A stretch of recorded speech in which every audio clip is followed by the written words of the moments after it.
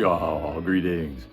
So today we are going to tackle a little kind of subject thread kind of thing that's going around. I think mostly on Twitter. That's the first place I saw this. John Lamoureux, who hosts The Hustle podcast. If you're not listening to that, you should all check it out. It's a great music podcast. I saw he posted something about this on Twitter. And then my buddy, you know him, you love him, YouTube cannot live without him, Alan Rosenberg of the Alan Rosenberg Show, did a video about this. I've always wondered how Alan Rosenberg got that hosting gig of the Alan Rosenberg Show. I've been meaning to ask him. His name must have had something to do with it.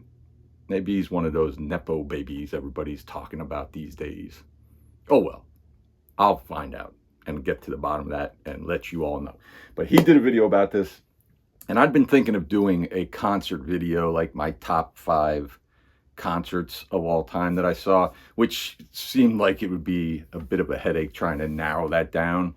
But he picked up the ball on this topic and did a video on it. And I was like, you know what, that's a good idea. I think I'm going to do that as well. I'm going to steal from the greats, the Alan Rosenberg Show, and do a video of my own. This is concerts, your first, your last or most recent, the best concert you saw, the worst concert you saw, and the loudest concert you saw.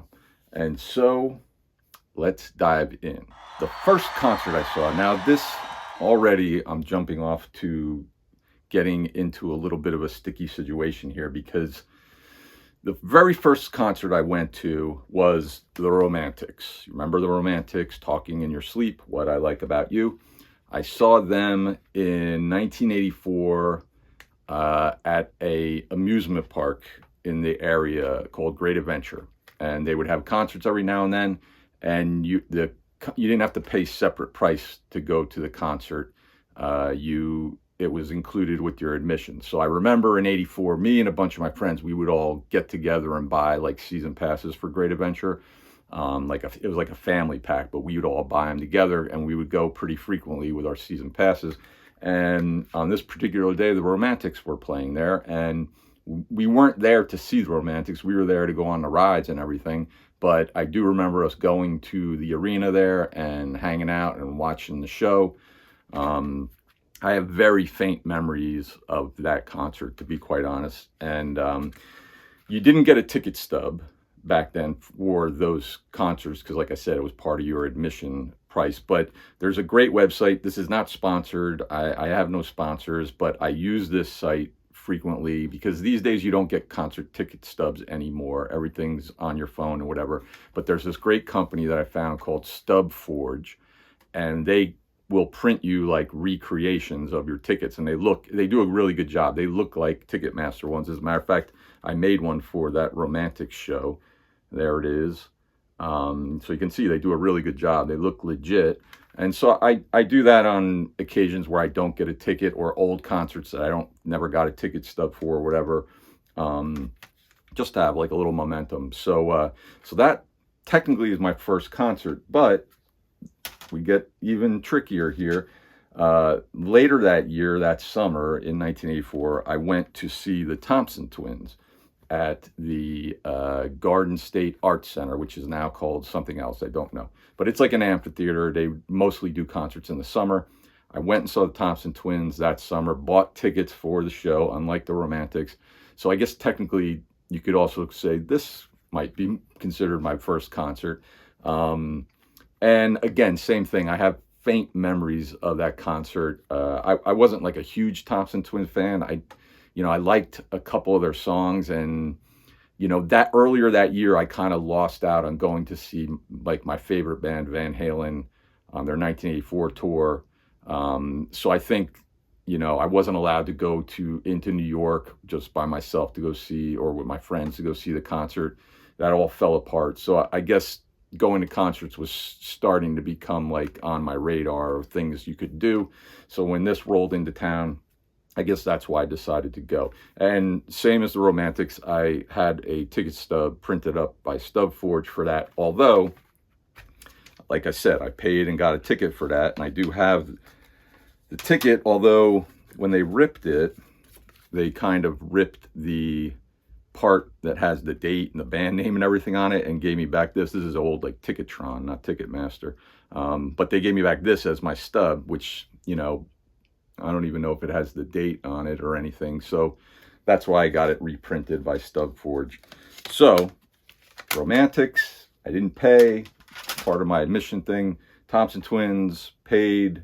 Amphitheater, that's probably my first concert you consider. But at the same time, 1986 rolls around, October, and me and my friends go get tickets. We go see David Lee Roth at the Meadowlands Arena. So this you could almost also say was my first concert, because this is the first big arena, basketball arena event concert, you know, that I really think, when I think of like my first concert, real concert experience, this is what I think of, you know, because this was like the big, you know, the big leagues, you know, and it was just like a huge show. It was his birthday. So there was like, you know, extra like extravaganza in the air during the encore. Great show. I have the ticket stub. I saw him twice on that tour. There's the ticket for that show, October 10th, 1986. Remember me and my friend Gary, we cut school to get those tickets at Jack's. You know, we cut school and went to Jack's to buy them the day they went on sale. He's promoting this record, his first full-length solo record. Show was awesome. Unlike Romantics and Thompson Twins, that show I remember, even though we'd been drinking and all that stuff beforehand. I do remember that show quite well, and it was just, you know, like I said, it was just like mind-blowing. You know, it's that memory seared in my brain, unlike the Romantics and the Thompson Twins. And much like our good friend Alan Rosenberg, I kept the review the next day in the newspaper. David Lee Roth show proves there is life after Van Halen. Well, there was for a little while. The last concert I went to, or most recent concert I went to, was one of my favorite bands, the Yeah Yeah Yeahs. Saw them in Philadelphia at the Met, promoting this album, Cool It Down. Lukewarm on this record, but I've seen them a ton of times, and here again, Stub Forge to the rescue. There's no ticket stub for that show because it was recent, and it's on my phone. And I don't really, like maybe like before COVID, you were still getting that option when you bought tickets to get printed ones mailed to you. And I usually would, just to have that souvenir. But I think that's, unless you buy it at the box office, it's pretty much done with. So I had Stub Forge print up the ticket stub, so I had some. The show, I've seen them, I don't know how many times, a lot of times. David Lee Roth, Yeah Yeah Yeahs, Dramarama are probably, and Agent Orange, I guess, are the bands I've seen the most live. And Yeah Yeah Yeahs always put on a great show. This show, you know, it was okay, but it felt like a little bit like they were kind of just not going through the motions, but it just felt like they weren't bringing anything new to the show. It just felt like, you know, they're hitting all their usual beats that they always do. And I realized like the next day, so it wasn't bad. It was just like, you know, it was good, but, you know, I've seen them better, so to say. And I think the next day or something, I was reading, and it turns out like that was kind of the end of the tour. I think maybe they did one more show after that, and then the tour was wrapped. And I think they'd been touring for almost a year. So kind of give them a little bit of a pass. You know, they're probably at the end of the road or tired and just ready to kind of wrap it up. But, you know, still, you know, a great band. And I will certainly go see them live the next time they roll around. The best show. Now, here's, like I mentioned earlier, this is the tricky part. It's so hard to kind of pick a best show. There's been lots of great shows. The first time I saw Agent Orange was actually not until 2005. I'd been listening to them since the 80s, but never had the chance to see them live. 2005, I got to see them live, and it was a great show. It was like, you know, rediscovering one of my favorite bands. Dramarama was mentioned. I've seen them a million times, and they always are great. So how do you pick a best show? Well, I think if somebody ever asked me, like, hey, what was one of the best concert experience you ever had? This one always jumps to the forefront of my mind. So I'm going to go with this one. And that is the Sex Pistols on their reunion tour in 1996. Me and my friend Sean went to see them at Roseland in New York.